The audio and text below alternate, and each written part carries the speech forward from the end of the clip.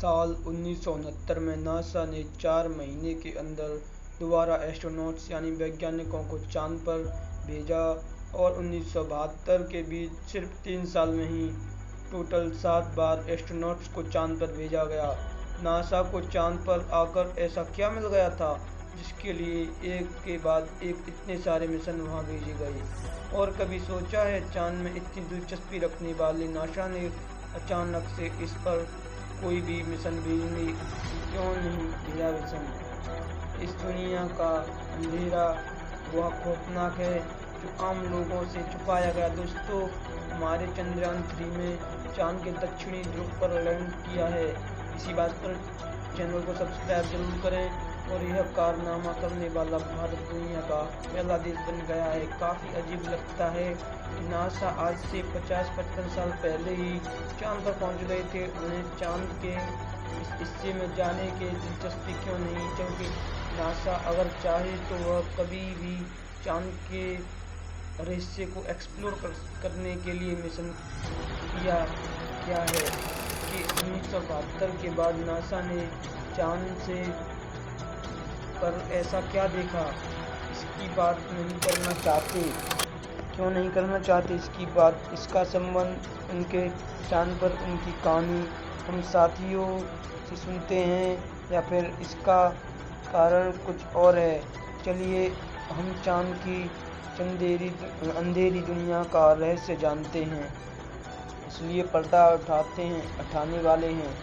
आज हम इससे पर्दा उठाने वाले हैं। 1969 में जब नासा ने अपने अपोलो मिशन 11 को पूरा किया और नील आर्मस्ट्रांग को चांद पर कदम रखने वाले पहले इंसान बने, जो दुनिया भर में चांद पर कदम रखने से पहले इंसान बने, तो दुनिया भर में चांद पर इंसानों की बस्ती बनाने की बात शुरू हो गई थी। आप मुझसे काफ़ी सारे लोगों ने यह अपने बचपन में इस तरह की बातों को ज़रूर सुना होगा कि इंसान अब चांद पर मकान, वहाँ ज़मीन बेची जाएगी और पृथ्वी की तरह ही फ्लोटिंग होगी। साथ ही चांद अब इंसानों का दूसरा घर बन जाएगा। लेकिन आज इस तरह की कोई भी बात हमें कहीं भी सुनने को नहीं मिलती। इन सारी बातों को जन्म दिया 1972 के बाद अचानक उसके खुद ही चांद में दिलचस्पी लेना बंद क्यों कर दिया? और धीरे धीरे लोग इन बातों को भूल गए। लेकिन नासा ने ऐसा क्यों किया?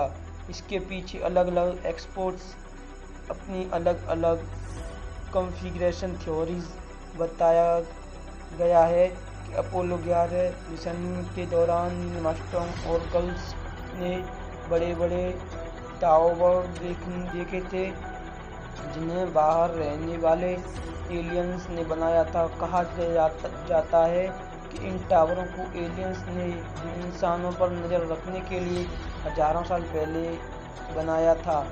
लेकिन आज यह चांद पर पूरी वीरान पड़े हैं। दावा तो ये भी किया जाता है कि अपोलो मिशन के दौरान नील आर्मस्ट्रांग ने नासा के ग्राउंड स्टेशन से लाइव बात करते हुए इस बात के बारे में बताने की कोशिश की थी। लेकिन नासा ने वैज्ञानिकों ने बात के उस हिस्से को कटवा दिया ताकि दुनिया को इस रहस्य के बारे में पता न चल सके। कुछ सेल्फ क्लेम रिसर्चर्स यह दावा भी करते हैं कि नासा ने इस रहस्य में टावर की जांच पड़ताल करने के लिए लगातार एक के बाद एक मानवीय मिशन चांद पर भेजे थे। लेकिन अब आखिरी बार एस्ट्रोनॉट्स चांद पर उतरे तो उनका सामना वहां मौजूद एलियन से हुआ। उन्होंने यह एस्ट्रोनॉट्स को धरती पर लौटाने और फिर कभी चांद पर न आने की चेतावनी दी और किसी के चलते नासा ने फिर कभी अपने एस्ट्रोनॉट्स की चांद पर नहीं भेजा। खुद नील आर्मस्ट्रांग खुद इस बात का खुलासा कर चुके हैं कि जब यह चांद की तरफ बढ़ रहे थे तब एक अजीब सा अज्ञात परछाई के काफ़ी देर तक उनका पीछा किया था। इस रहस्य में चीज़ की आकृति एक यूएफओ यानी अंतरिक्ष अभियान के जैसी थी। इसके अलावा अपोलो मिशन प्रोग्राम में शामिल रहे कई वैज्ञानिक चांद पर एलियंस के मौजूद होने की तरफ इशारा कर चुके हैं। हालांकि यह लोग कुछ नहीं कह पाते, जिसे देखकर ऐसा लगता है मानो इनके ऊपर चुप रहने का कोई दबाव है। लेकिन कई बार ये एस्ट्रोनॉट्स इशारों में अपनी बात कह जाते हैं, यानी कोशिश कर चुके हैं।